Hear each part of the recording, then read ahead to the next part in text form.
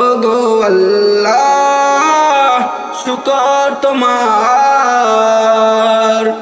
আমারে যে মুসলিম করেছো।